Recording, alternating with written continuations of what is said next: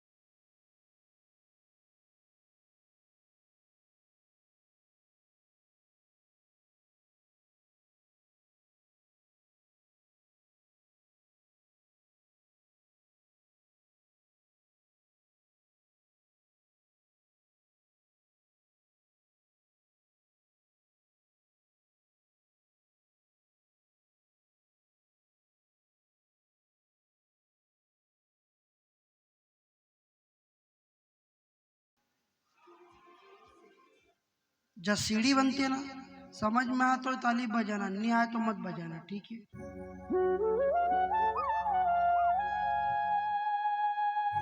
एक पत्थर सीढ़ी पे लगे अपने घर में,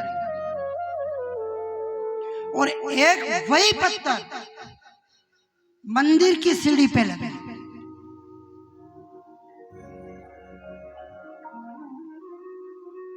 और काम दोनों का चकाचक है, दोनों चमकीले एकदम। कौन सा बोलते हैं उसको, कोटा स्टाइल।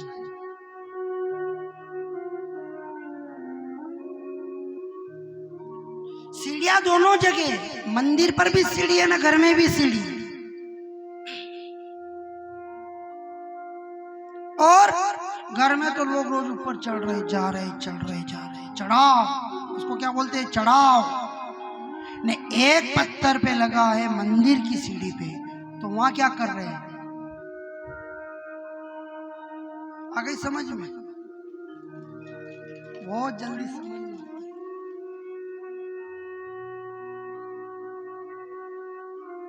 एक मंदिर पे लगा और वही पत्थर चढ़ाव पे लगा न, घर में चप्पल उतर रही है, जूते उतर रहे हैं, फिर उस सीढ़ी पे चढ़ रहे हैं और चढ़ के उतर रहे, चढ़ के उतर रहे। नहीं, यहाँ मंदिर पे लगा है, चप्पल उतार रहे हैं। मतलब पत्थर वही है और जूड़ा कहाँ है, ये ध्यान रखना। एक जूड़ा तो छत पे पहुंचा रहा, नहीं एक जूड़ा तो भगवान के चरणों में पहुंचा रहा है महाराज।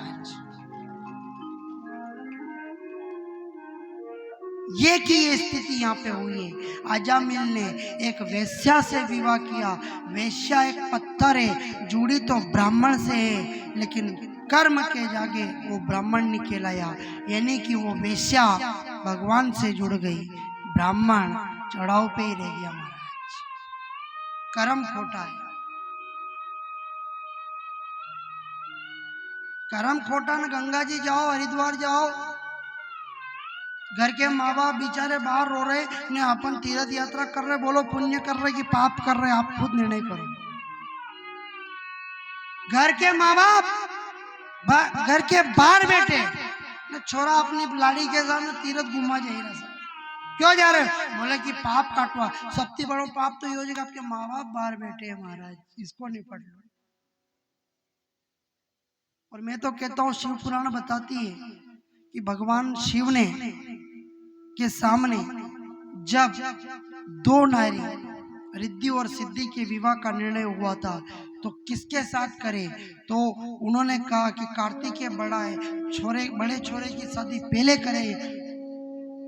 गणेश जी भी प्रिय है और कार्तिकेय भी प्रिय है, लेकिन भगवान ने कह दिया जो पृथ्वी पर 7 परिक्रमा पहले करके आएगा उनके साथ में दोनों का विवाह करेंगे। कार्तिकेय तो मोर पे बैठ के रवाना हो गया, बेचारे गणेश जी कह रहे तो क्या करे, उनका वाहन क्या है? अब मोटरसाइकिल पे जाओ वाला, साइकिल थी जाओ वाला, विचार करो आप। गणेश जी ने कहा कि एक ही बात है,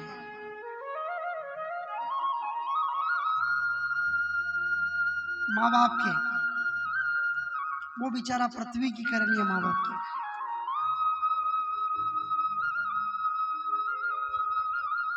आए साफ कार्तिकेय, लो गणेश जी अभी तक यही खड़ा है, मैं तो परिक्रमा करके आ गए।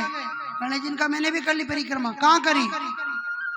पृथ्वी की 7 परिक्रमा करी। अरे भैया हमने 7 परिक्रमा पूरी ब्रह्मांड की कर ली है। बोले कहाँ? बोले भगवान शिव और माता पार्वती की। शिव जी से बोला कि क्यों प्रभु? बोले हाँ, इसने मेरी परिक्रमा करके सबसे पहले विजय प्राप्त करी। कार्तिकेय ने कहा ये थोड़ी होगा, बात थी कि पृथ्वी की 7 परिक्रमा जो पहले करेगा उसके साथ इनका विवाह होगा। तो इधर गणेश जी ने कहा कि दादा ये बात तो पूरे शास्त्रों में लिखी है कि जो माँ बाप के चरणों में बैठ जाएगा उसे सारे जहां की संपत्ति प्राप्त हो जाएगी महाराज। बाद में मुंडा में पानी दिया, जिंदे माँ बाप को तू पूजे नहीं न मरने के बाद पूजवाए, मुट्ठी भर चावल लेकर कौवे को बाप बनाए, बताओ कितनी मूर्खता कर रहे हैं।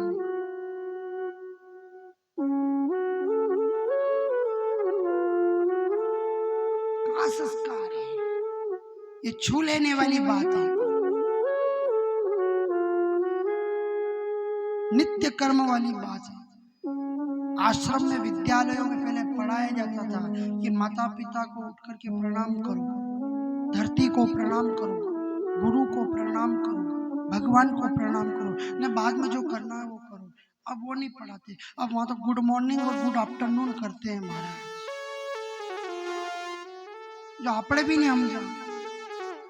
हाँ, अपन भी ज्यादा पढ़े लिखे नहीं है, अपना ने भी बहुत बोला ही नहीं। अपना कहाँ जा रहा है जमाना, विचार करो। ये आजा मिली तो है, लक्कड़ क्या है? आजा मिली तो है ये, और क्या है? वो उसने ब्रह्म तत्व को छू लिया तो भगवान तक पहुंच गई, नहीं ये पापी का पापी रह गया। और हद तो तब हो गई कि जब उस वेश्या के घर ब्राह्मण आए, वेश्या से ब्राह्मण ने भिक्षावृत्ति करी कि बेटी कुछ दान कर दे। अरे धन नहीं है, तो धान दे, न धान नहीं है तो आटा दे दे, न आटा भी नहीं है तो 2 वक्त का 1-2 रोटी बना के खिला दे, क्योंकि ब्राह्मण का घर जाना है। वो बोले वेश्या की घर तो ब्राह्मण को है, पर मैं जात की वेश्या हूँ, ब्याह ब्राह्मण से हुआ है, आप मेरे हाथ का भोजन ले लोगे? संत ने कहा वही बात, छू लेने वाली बात। तू मंदिर की सीढ़ी है, हम छुएंगे तेरे को, चढ़ाव की नहीं है। बना के भोजन खिलाया वेश्या ने, दक्षिणा दी। संत ने कहा बेटी हमसे कुछ आशीर्वाद ले ले। बोले कुछ भी नहीं, भगवान की कृपा सब है, लेकिन इतना आशीर्वाद दे दो कि मेरा पति भगवान का नाम ले ले। और कोई कोई नीले हो, साधुओं ने उसको आशीर्वाद दिया तेरी कोख में जन्म लेने वाली संतान का नाम नारायण रख दे, तेरा पति लेगा।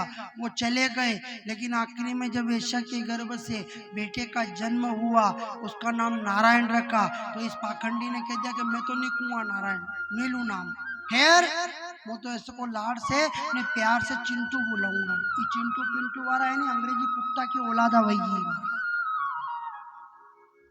विचार करो आप,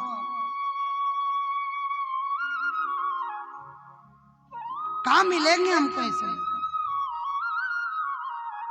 और फिर कहें कि हमको बेटा राम मिले, बेटा कृष्ण हो, बेटा लवकुश का भाटा में होंगे, अपनी औलाद ने अपने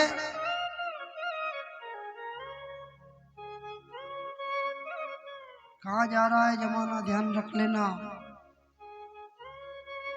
पहले लोग गंदगी को बाहर फेंकते और भोजन घर में करते, अब लोग भोजन बाहर कर रहे हैं, गंदगी घर में कर रहे हैं, समझ लेना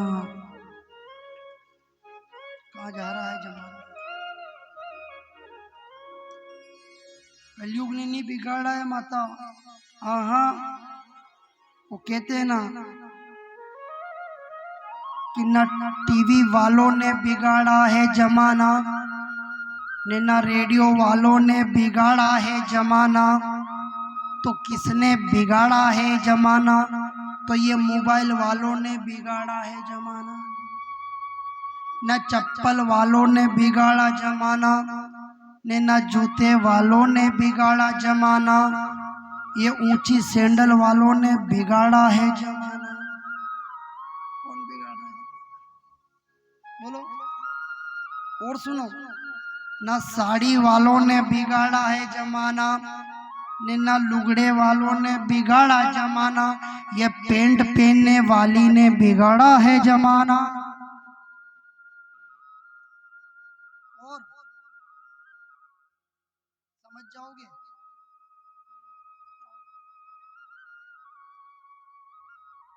कौन कौन कौन बिगाड़ रहे हैं?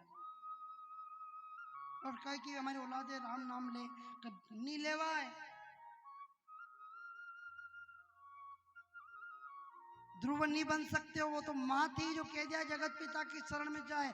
छोरा रोए तो अपन मोबाइल दे देते, ले बेटा चुप रह जा। अब वो छोरा मोबाइल में देखता देखता देखता देखता ऐसे ऐसे देख ले कि वो देखते ही रह जाए महाराज, अपना हमें ही देखिए।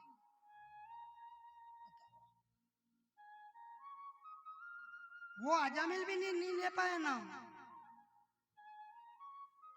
और जो व्यक्ति अपने जीवन में अगर राम का नाम नहीं ले सकता, भगवान का नाम नहीं ले सकता, जीवन में अगर एक बार साल में एक बार सत्कर्म नहीं कर सकता, ऐसे व्यक्ति का जीवन नरक के समान होता है महाराज, ध्यान रख लेना।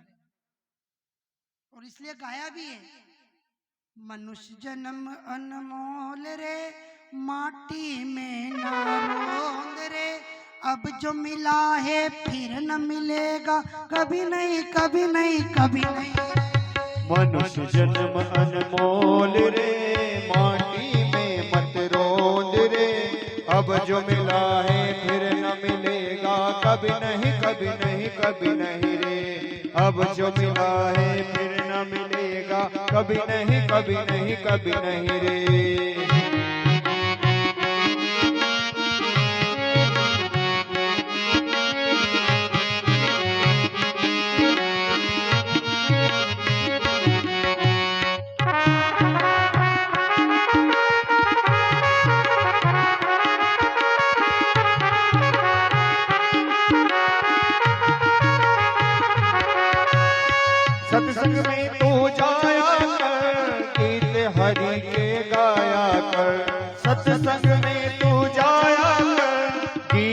हरि के गाया कर। सांझ सवेरे बैठ के बंदे प्रभु का ध्यान लगाया कर।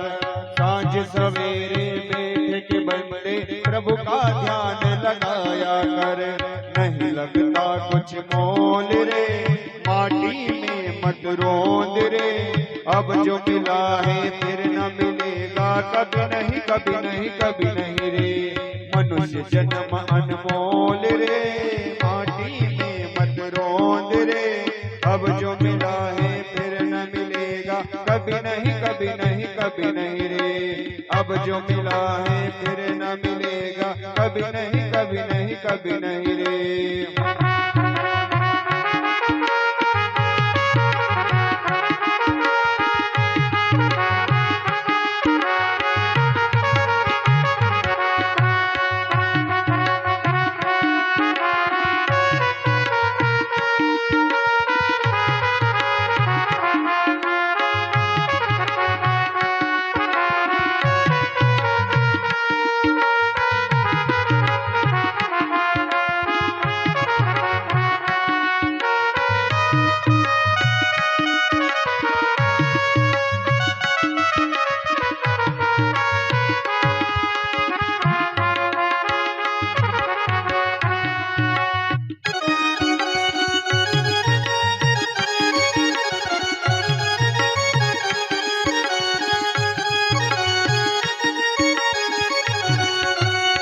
बुलबुला तो पानी का, मत कर जोर जवानी का।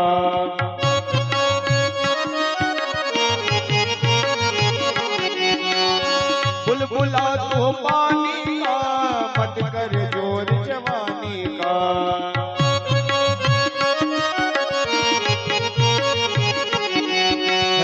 बुलबुला तो पानी का, मत कर जोर जवानी का। संभल संभल के कदम रखो, यहाँ पता नहीं जिंदगानी का। संभल संभल के कदम रखो, यहाँ पता नहीं जिंदगानी का। सबसे मीठा बोल रे, वाणी में अमृत घोल रे। सबसे मीठा बोल रे, वाणी में अमृत घोल रे। अब जो मिला है फिर न मिलेगा, कभी नहीं कभी नहीं कभी नहीं रे। मनुष्य जन्म अनमोल रे, माटी में मत रोंद रे। अब जो मिला है फिर न मिलेगा, कभी नहीं कभी नहीं कभी नहीं रे। अब जो मिला है फिर न मिलेगा, कभी नहीं कभी नहीं कभी नहीं रे। अब जो मिला है फिर न मिलेगा, कभी नहीं कभी नहीं कभी नहीं रे। वो अब जो मिला है फिर न मिलेगा, कभी नहीं कभी नहीं कभी नहीं रे। बोलिए सांवरिया सेठ की जय हो, चार भुजा नाथ की जय हो, द्वारकाधीश की जय हो। नीलिया नाम और मराना तो उस ब्राह्मण के घर के आगे तुलसी का पौधा, गौ माता, गंगा जल का लोटा, गीता मैया, शंख चक्र पद्म का चिन्ह लगा हुआ था। यमराज पकड़ने आए, विचार किया कि यार रजिस्ट्री भगवान की हमारा सिग्नेचर वही रहा मतलब भगवान अपने हाथ नहीं लगाई सका, पर चेक करना है। तो नारायण के पार्षद आए और यमदूतों ने उनको आदेश दिया, आजामिल ब्राह्मण घर में पड़ा है, उसके प्राणों को लाकर मुझे दे दो। वो मरणासन पर पड़ा है, घबरा रहा है, चिल्ला रहा है, बचाओ मर रहा हूं, बचाओ मर रहा हूं, बचाओ मर रहा हूं। पत्नी कह रही कि उम्र योज करो था, मरणासन के समय में बचाओ बचाओ कर रहे हो। और ध्यान रखना, मौत संकेत देती है, पांव से चलना कम दिखाई, पांव से चलना कम हो जाए, आंखों से कम दिखे, कानों से कम सुनाई दे, जबान लड़खड़ाने लग जाए, ना दांत तो यूं ही पड़ी जाए महाराज, पूछो मत आप, जिम्मा ही नहीं, बाल सफेद हो जाए, ये मृत्यु के पैगाम है, ध्यान रखना। और कहा है किसी ने कि आपने तो बस महाराज नहीं बहुत सारे ऐसे व्यक्ति होते हैं जिनके करोड़ों की जमीनें होती है, बस उस पे बैठे रहते हैं। कोई अगर आप उस जमीन के किसी हिस्से से चने भी उपाड़ ले तो पत्थर यहाँ से घुमा के मारेगा। हट!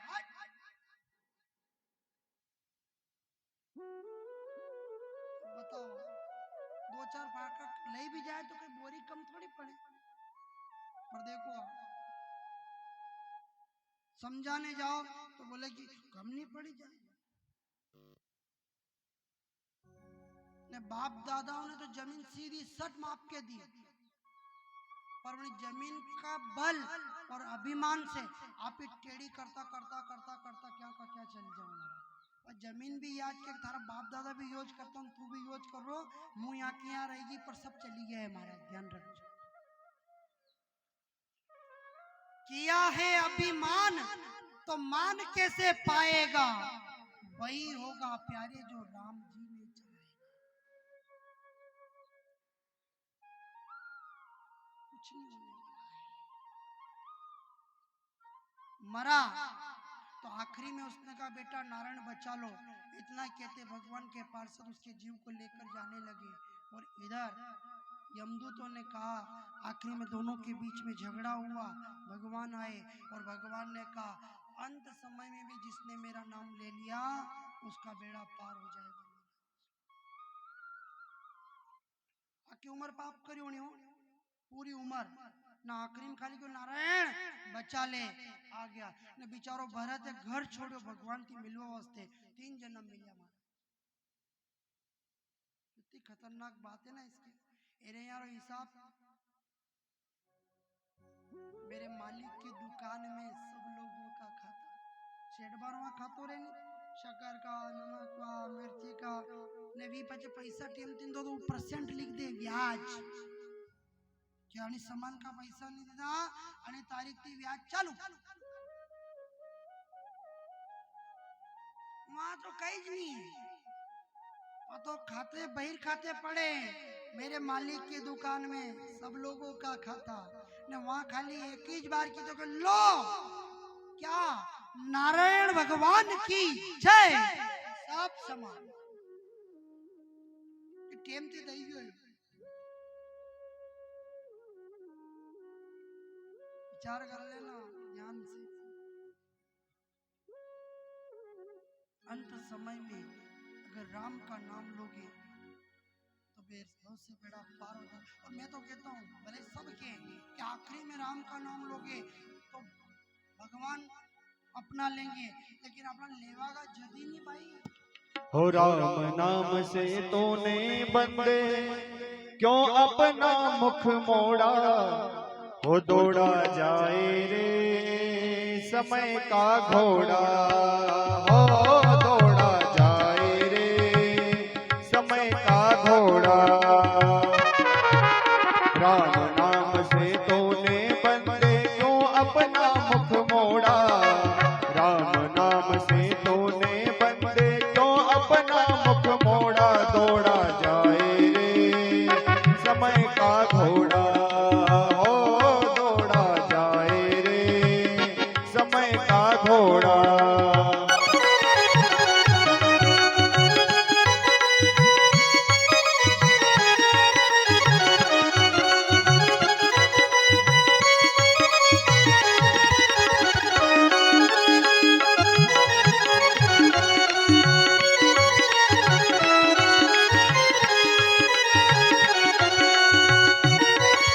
जैसा बीज है बोया तूने फल वैसा ही पाएगा,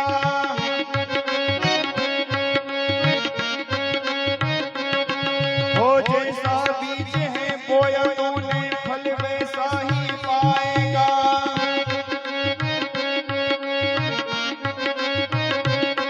हो कांटे बोए तूने जो है, कांटे बोए तूने जो है फल कहाँ से पाएगा, हे दौड़ा जाए रे समय का घोड़ा, हो दौड़ा जाए रे समय का घोड़ा।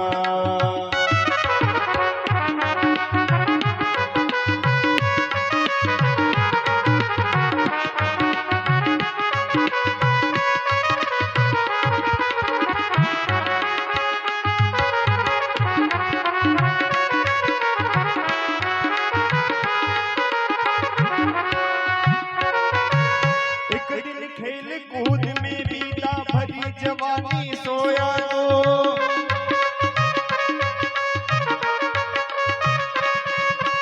एक दिन खेल कूद में बीता भरी जवानी सोया तो देख बुढ़ापा अब क्या सोचे, देख बुढ़ापा अब क्या सोचे, क्या पाया क्या खोया, दौड़ा जाए रे समय का घोड़ा, ओ दौड़ा जाए रे समय का घोड़ा।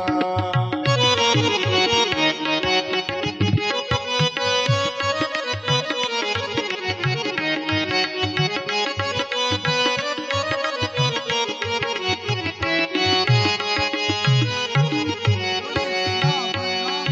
भगवान की। जय हो।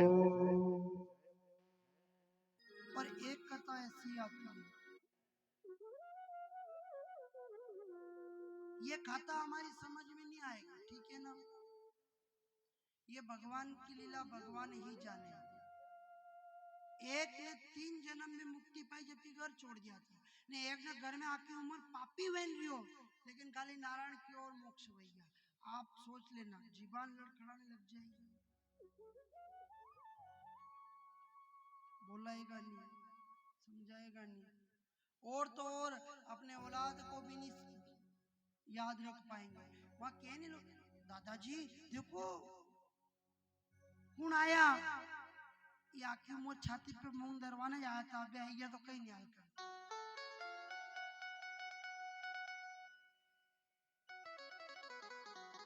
बहुत गड़बड़ है, ध्यान रखना, बहुत गड़बड़ है। ये तालियां बजाना, ये नाचना, ये गाना, ये कूदना, ये चिल्लाना, ये लड़ना, ये झगड़ना, बहुत गड़बड़ है महाराज। दूध फट रहा है और घबराना मत, अगर दूध फट जाए तो छाछ और छाछ से दही, मक्खन और घी का निर्माण हो जाएगा महाराज, चिंता मत करना। और फट रहा है तो ध्यान दे लेना, नहीं तो फिर कुंडम डॉलर का बिल हो जाएगा।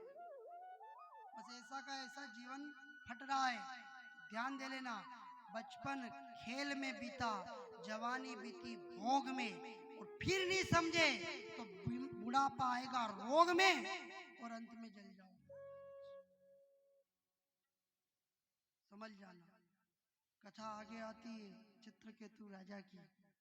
बेटा नहीं हुआ, महात्मा ने फल दिया, उस फल से अंगिरा ऋषि के प्रताप से राजा चित्रकेतु के यहाँ उसकी पत्नी कृतधमनी के गर्भ से बेटे ने जन्म लिया। दूसरी रानियां जलने लगी, कहा कि जो बे दूध देनी वाटो भी बड़े ज्यादा मिला। समझी रानी, धीरप्ति समझना। रानी की औलाद हो गई, दूसरी रानियों को राजा पूछने नहीं लगा, कहा कि जेरे उन रानियों ने कहा कि इसके औलाद हो गई, अब ये राजा उसी से प्रेम ज्यादा कर रहा, अपनों से नहीं कर रहा।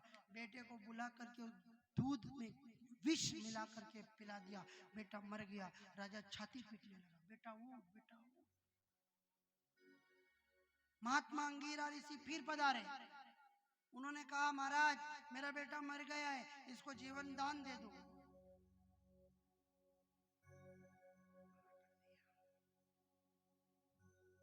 आया है बुलावा तो जाना पड़ेगा। और राजन किसकी बात कर रहा है, तो इसको पीछे पड़ गया। महात्मा ने कहा एक काम कर, 3 दिन का तक ये जीव तेरे घर में भटकता है, हर प्राणी का जीव 3 दिन तक घर में भटके, तो मशान में दिन तीसरे दिन उठावनो करा, ठीक है ना। 3 दिन का संबंध रहता है कुटुंब कबीलाओं मित्रों से, 10वें दिन तो परिवार से, और 13वें दिन तो बेटा बेटों से। न 1.25 महीना रे बाद में भूल जा सकते, ये भूलने का सिस्टम है ना। ऐसा ही अंगिरा ऋषि का 3 दिन तक तेरे बेटे की आत्मा यही भटक रही, उससे मिल ले, अगर वो कह रहा हो तो तुझे जीवन दान दे देंगे। चित्रकेतु राजा के ऊपर महात्मा की तपस्या का पुण्य से दिव्य दृष्टि प्रदान करी। राजा ने देखा उसका बेटा पुष्पक विमान में बैठ के जाने के लिए तैयार हो रहा था। केतु राजा ने उसके बेटे को रोका कि चल बेटा तेरे शरीर में प्रवेश करो, तू जीवित हो जा। उसने कहा क्यों जीवित हो जाऊं? बोले बेटा तू जीवित हो जाएगा तो मेरा नाम ऊंचा करेगा, तेरे विवाह होगा, तेरे पुत्र होगा तो मेरा वंश बढ़ेगा, तू राजा बनेगा, तेरा नाम चलेगा और तेरे पीछे मेरा भी नाम चलेगा। अब औलाद लक्कन रही वही जाए तो ठीक है, न नालायक निकली जाए तो बचे, बाप ने भी नू समाज में नहीं बैठ पाए। औलाद ढंग की हो, बेटा ढंग का हो, संस्कारवान हो, तब तो बाप भी समाज में छाती चौड़ी करके बैठेगा। नहीं तो महाराज औलाद बिगड़ी हुई होगी तो बाप भी समाज में पीछे मुंह लटका करके बैठेगा महाराज। और ये कोई दूसरा नहीं कह रहा हूं, ये बिगाड़ने सुधारने वाले सब अपने ही लोग हैं। दिल के फपोले जल रहे हैं दिल ही की आग से, दिल के फपोले जल रहे हैं दिल ही की आग से, और अपने ही घर में आग लगी घर के चिराग से, घर के चिराग से। ध्यान रखना। उसकी आत्मा ने मना कर दिया, कोई पिता नहीं, कोई माता नहीं, मारा कोई रिश्ता नहीं है। और यदि ये रिश्ता निभा भी लूं तो बताओ गलती अगर हो गई, कोई पाप हो गया तो उसकी सजा कौन भुगतेगा? बोले वो तो अपने को ही भुगतेंगे। अपन कहते हैं ये आंगली कटे तो अनपेते खून निकले। ऐसे जीवन में जो व्यक्ति पाप करता है वो पाप उसी को भुगतना पड़ता है। वो आत्मा कह रही हूं चित्रकूट केतु राजा से कि मैं अपना पाप मुझे ही भुगतना पड़े। हाँ बेटा अपना पाप तो अपने को ही भुगतना पड़ेगा। तो फिर अभी तो मैंने कोई पाप किया ही नहीं तो भगवान के धाम में जाना चाहिए कि नहीं? जीते जी भी वही काम करना आखिरी में कि भगवान के वहां जाना है, न मरने के बाद भी यही काम करना है। तो अभी मर गया हूं तो जाने दो, क्यों रोक रहे हो? राजा को समझा रही है आत्मा। उसने ये नहीं कहा है कि तुम्हारी रानियों ने मुझे दूध में जहर पिला करके मार दिया ना, उसने तो यही कहा है कि जब ये सब काम करने के बाद भी मुझे आखिरी में भजन करके भगवान के धाम में जाना है तो मैं अभी जा रहा हूं, तो इसमें क्या बुराई है?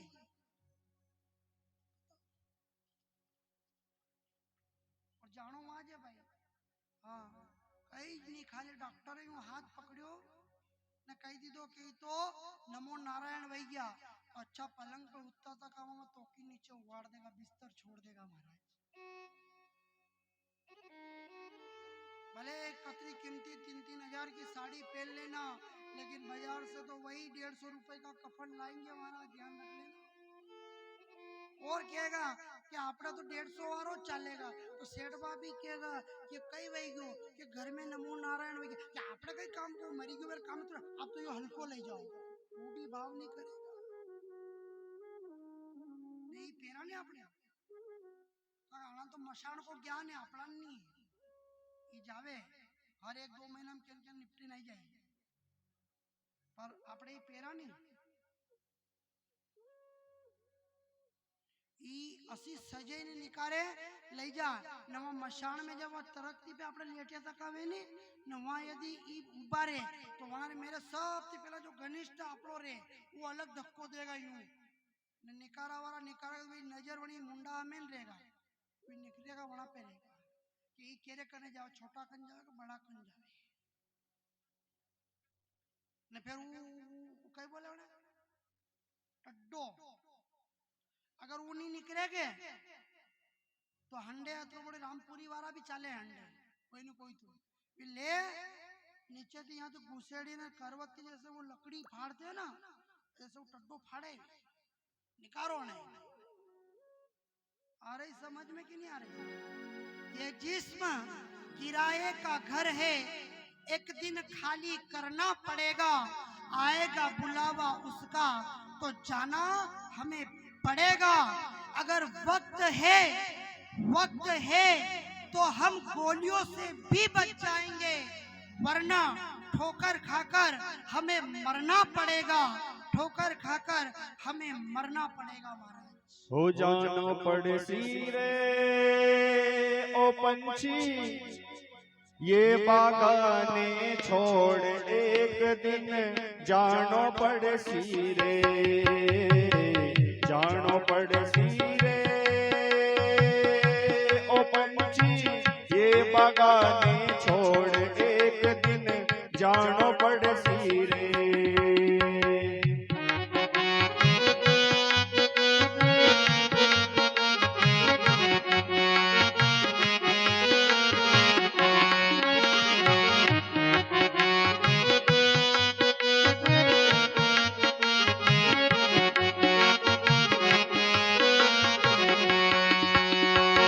किया घोंसला चुन चुन तिनका, किया घोंसला चुन चुन तिनका, पर तेरा विश्वास न छनका, पर तेरा विश्वास न छनका। किया साथ थे तिनका तिनका, किया साथ थे तिनका तिनका, छोड़िया सरसी रे ओ पंछी, ये बागाने छोड़ एक दिन जानो पड़सी रे, जानो पड़सी रे ओ पंछी, ई बागाने छोड़ एक दिन जानो पड़सी रे।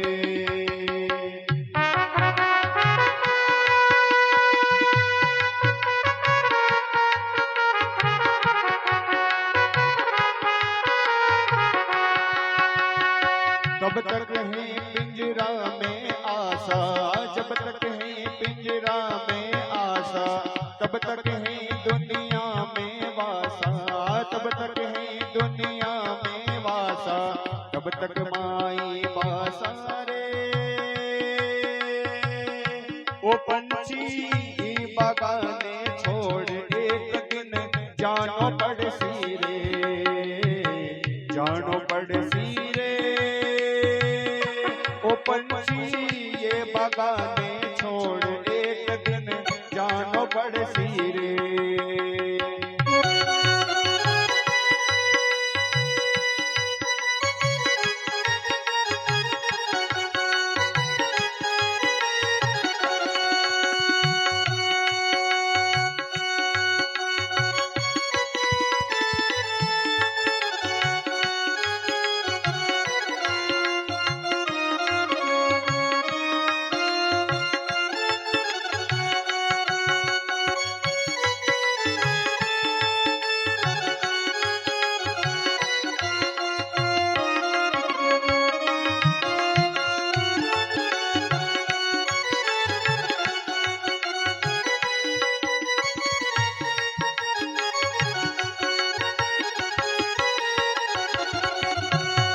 जानो पड़सी रे ओ पंछी, ये बागाने छोड़ एक दिन जानो पड़सी रे, जानो पड़सी रे ओ पंछी, ये बागाने छोड़ एक दिन जानो पड़सी रे।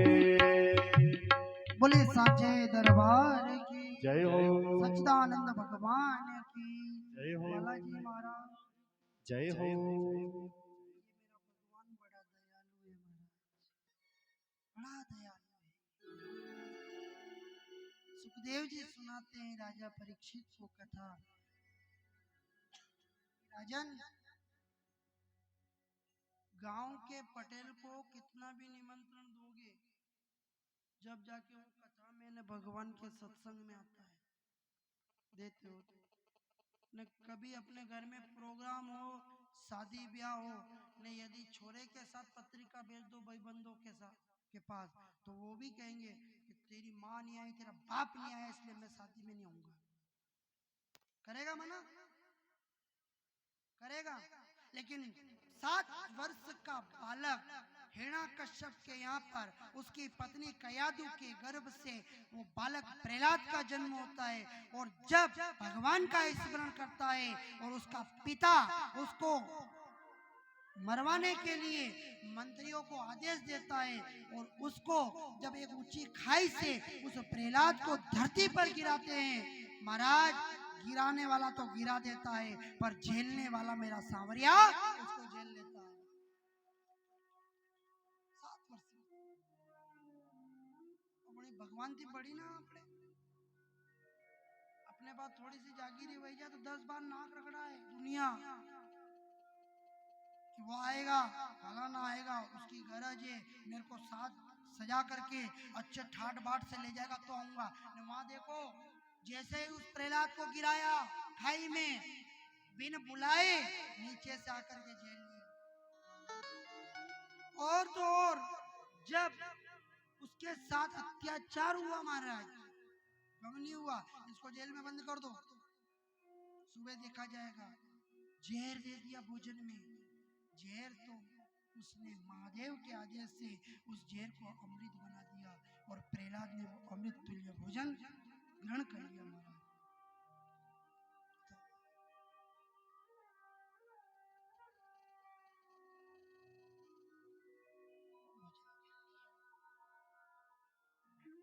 और देखो आप होलिका आई के मारना थी ताकत में आग में बजूं दुनिया जले दूं, उसको बिठा दिया, वह जल गई वो बच गया। ये किसकी पराक्रमता है? पागल हो गई दुनिया भगवान को समझने के चक्कर में। और थोड़ा समझो, वो 7 वर्ष का बालक समझा रहा दुनिया वालों को कि जगत में एक ही पिता है, एक ही भगवान है और वही सबकी रक्षा करता है महाराज, कोई नहीं करता है। और उससे पूछा गया कि आखिर तेरा भगवान इतना जल्दी वैकुंठ से आके से जाता है, ये समझ में नहीं आती है। हिरण्यकश्यप ने पूछा कि तेरा भगवान इतना जल्दी कैसे आ जाता है? वो बोलता है कि पिताश्री इसमें पूछ बताने की क्या आवश्यकता है, भगवान तो हर जगह है, वो कहाँ नहीं है, हर जगह। समुद्र की लहरों में है, नदियों की झरनों में है, सूरज की किरण में है, चंद्रमा की चंचलता में है, फूलों की सुगंध में है, सीपों के मोती में है, भागवत के पन्नों में है, भक्तों के हृदय में है, प्रतापपुर वाले भक्तों के हृदय में मेरा गोविंद का वास है। ऐसी कोई जगह नहीं है जहाँ वो नहीं है महाराज। और ये भगवान का वास है आप सब में, तभी तो आके बैठे हो। नहीं वास वेगा भी तो हिरण्यकश्यप क्या बेटा वेगा, कहाँ नहीं है भगवान बताओ। और निकालने वाला चाहिए महाराज, प्रकट करने वाला चाहिए। जैसे पहले 2 पत्थर लेकर के अगर रगड़ते तो उसमें से आग पैदा हो जाती है, अब हाथ को ऐसे रगड़ोगे तो इसमें गर्माहट उत्पन्न हो जाती है। ऐसे ही अपने मन और आत्मा और बुद्धि की रगड़ता से, उसकी भक्ति का संचन करने से भगवान प्रकट हो जाता है।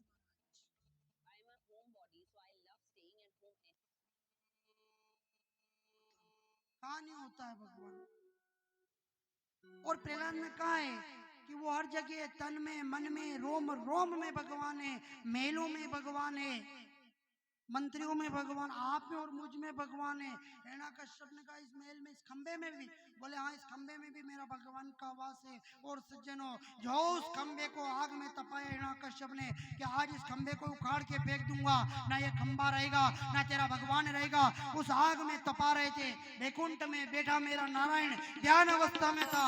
लक्ष्मी जी ने आकर के भगवान को जगाया, उठो नहीं तो वो प्रहलाद को दुष्ट मार देगा। जब भगवान नहीं जागे महाराज, उसी समय लक्ष्मी ने भगवान की भुजा को, उनकी हाथ की भुजा को पकड़ के जगाया। नीचे खंबा जल रहा है लेकिन तब मेरा वैकुंठ में गोविंद रहा है। उसी समय हिरण्यकश्यप ने अपने हाथों से गदा लेकर के जो उस खंबे पर प्रहार किया, खंबे के टुकड़े टुकड़े हुए, उसी में से मेरा गोविंद नरसिंह भगवान बनकर के प्रकट हो जाता है महाराज। बोले नरसिंह भगवान जय हो। और जैसे ही नरसिंह भगवान प्रकट हुए, उस हिरण्यकश्यप के केस को खींच करके उसको पकड़ के घसीटते हुए घर की डेली के बाहर अपनी गोद में बिठा दिया और कहा कि अब मैं तुझे छोड़ूंगा नहीं, तूने बहुत अत्याचार कर लिया है, अधर्म बहुत फैला लिया है, अपना पाप बहुत बढ़ा लिया है। हिरण्यकश्यप ने कहा मार नहीं सकते हो मुझे, ताकत नहीं है तुम्हारी मारने की। क्यों? क्योंकि मैंने ब्रह्मा से वरदान प्राप्त किया है कि ना घर में मरूंगा ना बाहर मरूंगा, ऊपर मरूं ना नीचे मरूं, अस्त्र से मरूं ना शस्त्र से मरूं, ना नर से मरूं ना पुरुष से मरूं ना पशु से मरूं महाराज, ना 12 महीने में किसी महीने में मरूं। मौत सामने खड़ी फिर भी घबराने इवीज है वो, उनको घमंड। तब भगवान ने कहा पापी मैं तुझे ना घर में मार रहा हूँ ना बाहर मार रहा हूँ, देख कहाँ है अभी तू? बोले घर की डेली में हूँ, ना आकाश में मार रहा हूँ ना धरती पे मार रहा हूँ, कहाँ है तू? बोले आपकी गोद में हूँ, ना मैं अस्त्र से मार रहा हूँ ना शस्त्र से मार रहा हूँ, देख तुझे मैं कैसे मार रहा हूँ, मैं अपने हाथों के नाखूनों से तेरे को चीरूंगा। फिर न दिन में मरूं ना रात में, तो देख अभी क्या है, संध्या की वेला है, 12 महीने में किसी महीने में नहीं मरे, तो तेरे लिए 13वां महीना ये अधिक मास का इसीलिए निकाला मैंने। बोल अब मैं नर हूं कि पशु हूं? बोल न नर हो ना पशु हो, आप तो नर और सिंह हो महाराज। इतना ही कहते नरसिंह भगवान ने हिरण्याकश्यप की छाती को चीर करके उसके प्राणांत कर दिया। देवता लोग नगाड़े बजाने लगे, यक्ष किन्नर नाग किन्नर गान करने लगे, अप्सराएं नृत्य करने लगी, गान करने लगी, सभी भगवान की जय जयकार करने लगे। सारे धरती पर धर्म की स्थापना करने के लिए नरसिंह भगवान प्रकट होते हैं महाराज। और उस हिरण्याकश्यप के सिंहासन पर बैठकर भयंकर क्रोधित होते हुए लाल लाल आंखें, चटाई बिखरी हुई है, भयंकर क्रोध में बड़ा रौद्र रूप धारण करके जब नरसिंह भगवान सिंहासन पर बैठे, उस समय देवता आरती करने लगे। आरती स्वीकार नहीं करी, माता लक्ष्मी को बुलाया, लक्ष्मी के सामने आई, फिर भी भगवान का क्रोध शांत नहीं हुआ। तब उस 7 वर्ष के बालक प्रहलाद को माता लक्ष्मी ने आगे किया। इधर प्रहलाद ने कहा कि मैं क्या करूं, मुझे कुछ समझ में नहीं आता। तब प्रहलाद कहता है माता पिता तुम मेरे, शरण पढ़ूं मैं किसकी? पढ़ूं मैं किसकी, तुम बिन और न दूजा, प्रभु बिन और न दूजा, आस करो किसकी, ओम जगदीश हरे।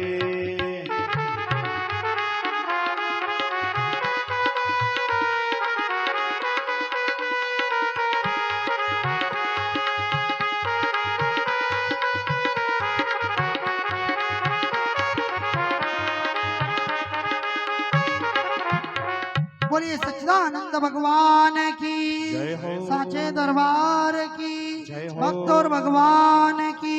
जय हो। देखो घर के आंगन में अतिथि आए तो देवो भव, ठीक है, और सत्संग में कोई संत आए तो ये समझना कि भगवान स्वयं प्रकट हो गए।